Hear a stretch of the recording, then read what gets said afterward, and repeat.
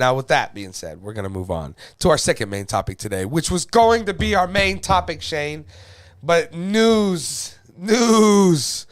So, Star Wars is kind of to me, a dying franchise. There was I can't remember what it's called, The Rise of Skywalker or whatever.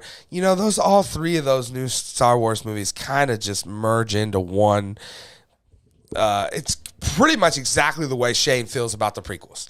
They kind of merge into one blah fest of, why did I do this to myself? But, after it ended, it also was successful still, right? It made $1 billion. They're all successful. So the question was, hey, now that we've had Star Wars ends or Skywalker ends, basically, when would we get another Star Wars movie that was actually a canonical in the sense of 1, 2, 3, 4, 5. So we're at 9 now, right? So when will we get 10? Is it 10? I think we're at. So the question was kind of, when will we get that? Well, it's looking like now that we may be getting it sooner than we thought, and that it's may been in the works for a little while. And this is coming to us from the Hollywood Reporter. So this Star Wars movie is in the works with Damon Lindelof, but the part that's got me really, really excited about this news, and the reason I wanted it to be the main topic today, is because the director from Ms. Marvel is attached to this, guys. This is awesome and exciting news. If you guys haven't checked out Ms. Marvel, you got to go check it out.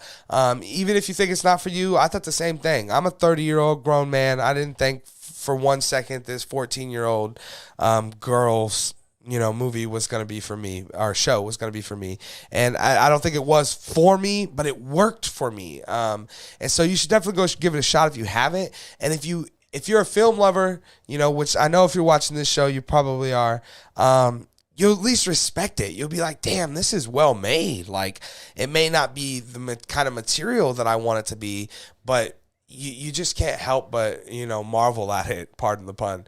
But yeah, it's exciting to hear this. This is good news for Star Wars fans, like I said, because the question was when or if we would even get, and I don't even know if we should get a Star Wars 10 or whatever. Maybe there's something we do where we just stop doing that or restart, or I'm not really sure what the answer is there for sure, but it does feel like all that stuff is kind of in the past, and I don't want to say played out, but it just feels old, man. I'm tired of it, and it's all self-connected to itself. And the moment you think something's different, it's like, no, actually, that's Palpatine's granddaughter. So, and I'm just kind of getting exhausted of it.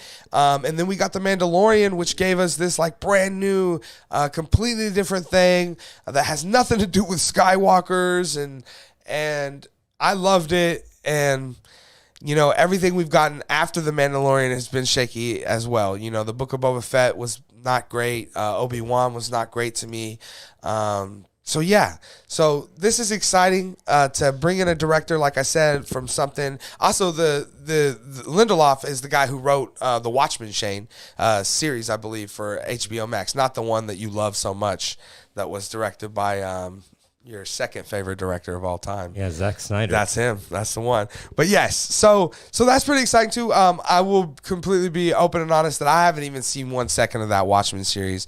I tried to want to because I really love that Watchmen movie by Zack Snyder. But I just, with it not really being the Watchmen I knew, I just couldn't find a way to want to try. But I've heard great things about that series, as I'm sure you have too, Shane. And it's sitting high on Rotten Tomatoes too, so the critics loved it. Audiences love it. So you got him, writing it. You got her directing it. This is looking awesome, man. The other cool thing about this is that this has kind of been laid low, right? Like, this is been happening kind of in the background, and we just haven't heard anything about it. And this is kind of the first we're hearing about it. And they are saying that they do have Untitled films slated for December 2025 and December 2027. And I imagine that both of those films will be in that saga of films where you have, like I said, 5, 6, 7, 8, 9, whatever. They're not going to be like one-offs like Rogue One was, or like Solo, a Star Wars story was. So yeah, super excited. Shane, I know you haven't had a chance to check out Miss Marvel yourself, but the direction and all, the style of it is very much like Edgar Wright, and very much like Scott Pilgrim. It's very artsy, and it is colorful. I tried to watch it and I turned it off. I just didn't care. Yeah, and I get that. Like I said, it is definitely, not meant for us, But what really attached me to it was the family dynamic.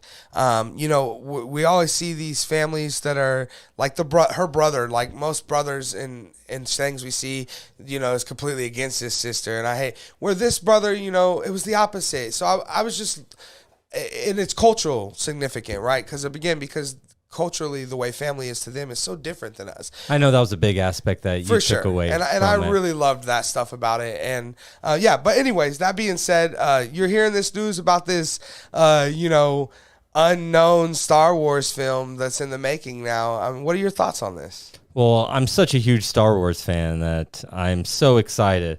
No, I think it's funny that both the breaking news today, and this is kind of how the trend is that both these are breaking news. One is we got Star Wars now hiring a Marvel, person, because Marvel's so successful. And same with DC. We're going to talk about that soon. So obviously, Marvel's really successful. All these other franchises, like, let's get as many talented people as we can, which is great news for me because that just means less movies that I have to avoid. Because I'm looking at Damon Lindelof's list here, and why are we excited?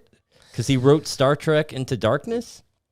Hey, people love Star Trek Into Darkness, yeah, man. I guess. People really do. I've never seen any of those movies. I saw the first one, but couldn't stand it. People try to tell me, they're like, dude, I'm telling you, you love it. I mean, even Trevor and Lucas, all of them try to tell me that.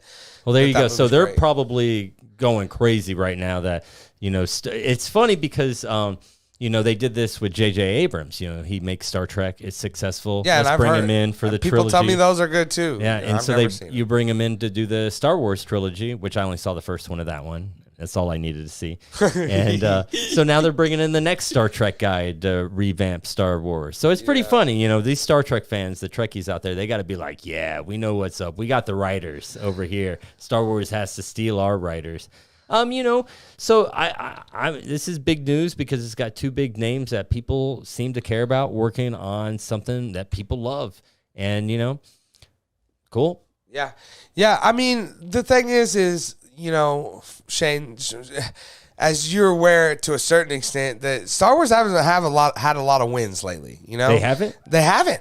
Mandalorian was like everything. Yeah, but Mandalorian was 3 years ago. I think it was just last year, right? No, was it 3 years ago.